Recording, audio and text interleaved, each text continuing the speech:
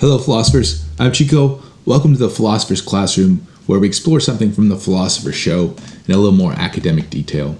This one, we recently talked about what is metaphysics, and I gave you a very rough definition. To be quite honest, most philosophers are not going to be very happy with it. It wasn't a very nuanced definition. It wasn't going to clear up a few of the difficulties that we have in defining this thing, but it gave you a good rough estimate of what philosophers are interested in when they do metaphysics. So in the classroom edition, I'm going to talk a little bit about two different meanings of metaphysics, two different ways of using this term metaphysics, and why that ultimately leads today to this kind of confusion on metaphysics. But first, I guess I should tell you sort of the story of this term. It's kind of an interesting story, I guess. The philosopher Aristotle, who one of the most famous guys, ancient Greek philosopher, and he had his own school, the Lyceum. He taught his students a lot of different areas in philosophy, and they compiled his notes after his death and put them into different books. And that's what we have of Aristotle today. Sadly enough, we don't have Aristotle's dialogues. Plato, I don't know how much you know about philosophy, but the history of philosophy, but Plato, we have dialogues where, he has characters talking to each other about philosophy. Aristotle apparently had written books like that, and they are lost. We don't have them anymore. Actually, there was a period of time where we had nothing from Aristotle, and in the medieval era, the Muslim philosophers had maintained Aristotle's works, and it came back to Europe, and then it kind of exploded in Europe. And to this day now, Aristotle is still celebrated for his works, but apparently his dialogues were very interesting. It's a bummer we don't have them, because the works we do have are really dry. They're tough to read. They are very tough to read. Plato's are fun. Apparently Aristotle's was really fun as well. Cicero, who is the master of rhetoric, said that he was a Latin guy, not a Greek. He said that if Plato was silver, that Aristotle was gold. In other words, his writing was so good that it was even better than Plato's, and people have loved Plato's for years and years. And that's praise from, I was going to say praise from Caesar. That was praise from Cicero, which is a big deal. Anyway, etymologically speaking then, like, where did this word come from? The word metaphysics was just the title for that book of this subject that Aristotle his notes had been compiled into. And the word was metaphysics, and it really just meant after physics. There was a book, The Physics, which was philosophy of physics, and there was the book after that talked about this other kind of stuff. So after physics was really just the title of the book. So really, like, it's sort of an accident of history that we even have this term metaphysics, but it did nicely because it gives you the sort of feel of like this, transcending just the pure physical way of existing to, like pure existence. So what are we talking about when we talk about this metaphysics things? Well, the ancient and medieval metaphysicians meant something a little bit different. They meant more of like what is Aristotle's project than they did what is what the modern philosophers use it today. Not necessarily. I don't mean they meant it to pick out that book of Aristotle's. I meant like whatever it was that Aristotle was doing. Yeah, they wanted to do that too. We got a fly in here. I don't know how, but it's nasty. It's like 10 o'clock at night, and these things, once at nighttime, they go, it's like they're on crack. At least it's not the June bugs. The June bugs in Southern California are like kamikazes in my house. They dive bomb me. They come to me to die. I don't know why. It's a sad state of affairs. All right, so what exactly does that mean, though, to Aristotle's project? There are three kind of interpretations that we can have of this book. One is that the subject matter of metaphysics that Aristotle was interested in was being as such. And it's a weird locution. Usually when we use this word being, we mean being in a particular way. So I say something like, hey, stop being so silly. So I say being as such, and it sounds like you're being as such a crazy person or something like that. That's not really what it means. It means being but just insofar as it is being. What in the world is that? Well, when I use the term being, I'm referring, it comes from the word to be, right? Is. And that word is most oftentimes a helping verb, but it also refers to just the verb of existence. Whatever it is that real things have that make them real and not nothing, we'll call that being.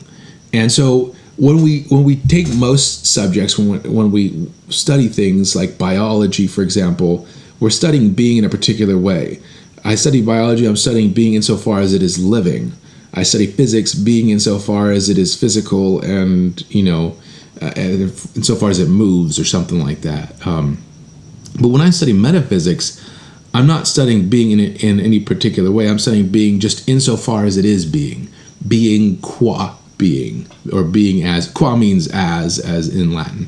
Being just as being.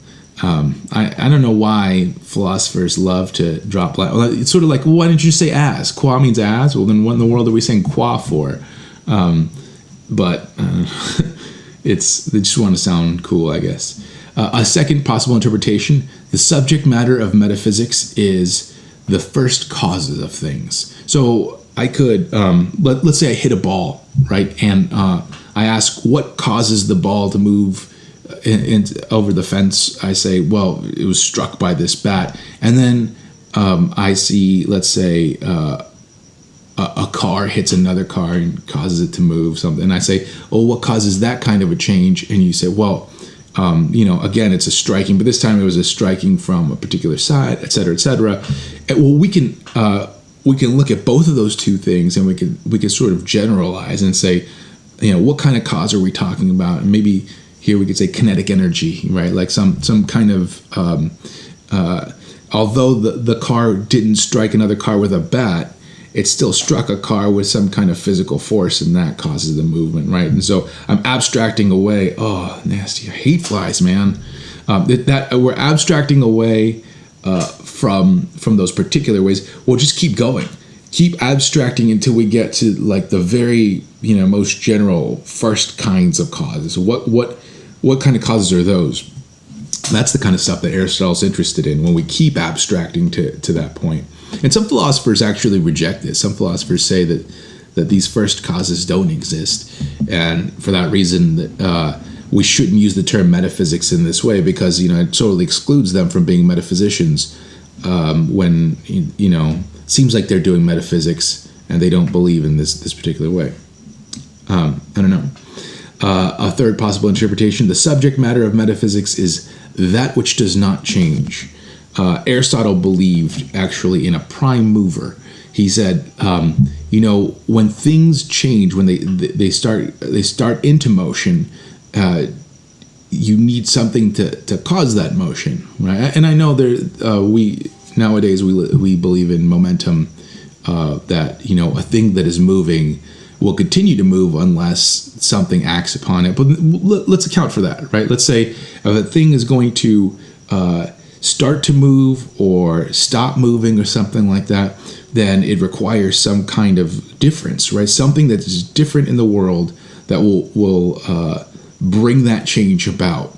Well, Aristotle says in order to get the whole thing first started, we have to have something drawing that into motion then, right? Aristotle actually believed that the universe was eternal.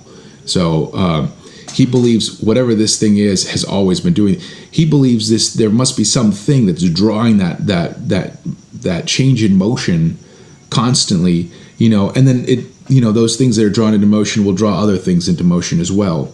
He calls this thing the prime mover, and he says this thing itself must not be moving, right? It causes other things to move by drawing them into movement, but it itself would not be moving. Otherwise, it would have to be drawn into movement by something else, and we'd have this infinite regress in causes. So it must be the case, he says, that there is some prime mover. That's what he's interested in, the thing that doesn't change. Plato has things that don't change as well. Plato believes, he points out, like, you could have, let's say, a white keyboard, and you could paint it black. So white things can become black things. But whiteness itself will always just be whiteness, right? Even if there are no white things, he says. Even if you paint all white things black, whiteness itself couldn't become blackness, right? Whiteness would always just be whiteness. So whiteness itself is something that doesn't change. Plato's interested in that. So these philosophers, think, what are those first things that don't change? That's what we're interested in the most general philosophy, the first philosophy, as Aristotle calls it. Now, some philosophers have objected to viewing metaphysics in this way too. There are some philosophers that believe that there is nothing but change, right? That there are no things that stay the same. So then there would be no metaphysics. Heraclitus is one of the guys. Although Heraclitus, I don't know. I think he does believe that there are a few things that don't change. Excuse me, but for the most part, everything is change. Materialist, nominalists, Friedrich Nietzsche. There are a few guys that believe in just wild change. Nothing stays the same. And then there's some philosophers that don't believe in any change. Parmenides and Zeno deny that things change at all, which sounds, I know, crazy, because you look around and you're like, but wait, isn't this stuff changing right there?